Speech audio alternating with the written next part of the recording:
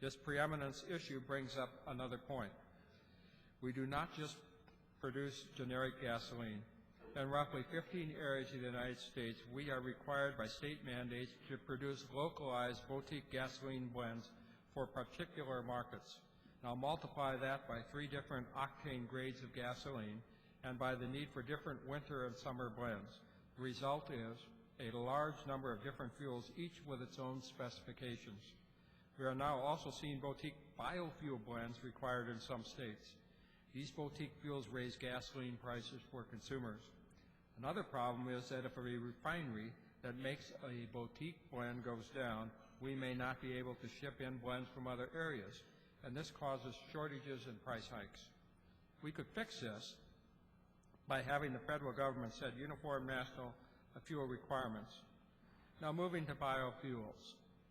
There's a lot of excitement over their potential. In fact, the major biofuel produced today, corn ethanol, is a good starting point. We use about 6 billion gallons a year, generally in reformulated gasoline to improve air quality. The Senate has proposed to mandate the use of 15 billion gallons annually. We support the use of ethanol at this level and recommend letting the market decide where certain concentrations are desirable, such as E85 in the Midwest for flex fuel vehicles. But levels exceeding 15 billion gallons, which some are suggesting, should not be mandated before better technology and infrastructure is ready. We also understand that higher ethanol production would significantly raise food prices. For these reasons, corn-based ethanol may be better viewed not as a long-term solution, but as a good bridge. The goal should be to develop second-generation renewable sources, such as cellulosic ethanol. They are viable over the longer term, both economically and environmentally. We need biofuels that offer efficient conversion technologies on a large scale. They should be compatible with existing infrastructure. We should not overcommit to any one source while overlooking potential breakthrough technologies. Good policy will, in fact, be a balancing act. Given our concerns over climate change, we should also structure our standards for renewable fuels to consider both their energy intensity and carbon intensity. And finally, the U.S. currently has a 54-cent per gallon tariff on imported ethanol.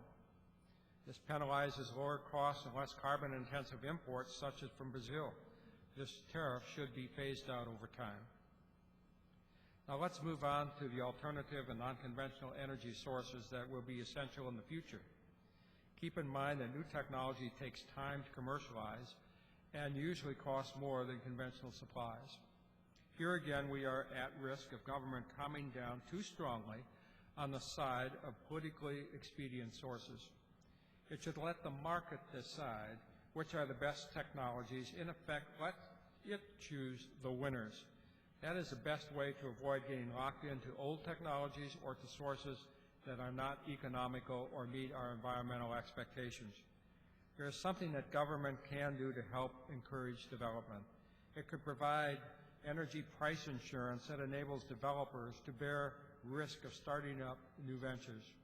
Back during the energy bust of the 1980s, a lot of companies lost their investments in alternative energy projects, so they are skittish about making new investments at this point in time.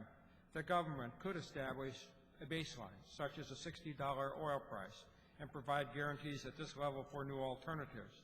This could offer the fiscal certainty that would enable new projects and investments to be made. The insurance could be made available for up to, say, 1 million barrels per day of alternative oil or liquid fuel production, say, over the next 10 years. It would also cover 3 billion cubic feet per day of alternative natural gas production. The insurance would be for the second generation, biofuels, coal gasification, coal to liquids, oil shale, methane hydrates, and similar sources. Together, these unconventional fossil fuels offer several times the domestic energy resource potential of conventional oil and gas. To ensure efficiency, this price protection would be auctioned, with the winners being those projects with the lowest energy price requirements and the lowest carbon intensity. The beauty of this proposal is that if oil prices remain high, there would be no actual outlays needed. The mere existence of this insurance would encourage development, and the market and consumers would ultimately be picking the winning strategies. Step 2 in this 4-part plan would be additional action to lower carbon intensity of our energy supplies. We can no longer ignore rising concern over the impact of fossil fuel use. We must show leadership that inspires the rest of the world to join us. We need to reduce our carbon footprint by establishing a baseline and a system of incentives and penalties to ensure that we meet this baseline. The first step would be to create a mandatory framework that would lower our greenhouse gas emissions and set a price for carbon avoidance. This could be done by either a tax or cap-and-trade system. This would influence investment decisions across our entire economy. We should also offer incentives for development of carbon capture and sequestration. This would allow us to use our domestic fossil fuels such as coal and oil shale while protecting the environment. Since the ability to sequester carbon is a national priority, no one industry should be singled out to pay for it as currently proposed. Companies are ready to begin, but they need the government to establish a national legal and regulatory framework for liability and permitting issues associated with carbon sequestration. And it should provide access to federal lands that offer the potential for underground carbon storage. Next, we should encourage the use of renewable sources such as solar and wind by extending their investment tax credits by 5 years at a time. This would help provide the financial certainty needed for such investment. We should also encourage greater use of nuclear power. It meets higher percentages of total electricity demand in other countries than in the United States. To help us catch up, the government should fulfill its commitment to dispose of waste generated by nuclear power plants. It should sponsor research into advanced technology that uses the fuel more completely while reducing waste volumes and half-life and lowering proliferation risk. Now let's move to a third tenet, increasing energy efficiency. This single action is the most effective way to reduce our carbon footprint, stretch our supplies, and improve energy security. Starting with the transportation sector, we must slow down our demand growth. We could do this through new vehicle technology, raising the proportion of fuel-efficient vehicles in the fleet, and reducing growth in miles traveled. There's also other steps that we could encourage the use of more economical cars and trucks. For example, less efficient vehicles could be assessed a surcharge at the time of purchase. Those with better mileage could come with a rebate. This would help us assure manufacturers that consumers really would buy enough of the economical models. Over time, we would raise the efficiency levels on which the rebates are based. There are also opportunities to slow down growth in electricity use.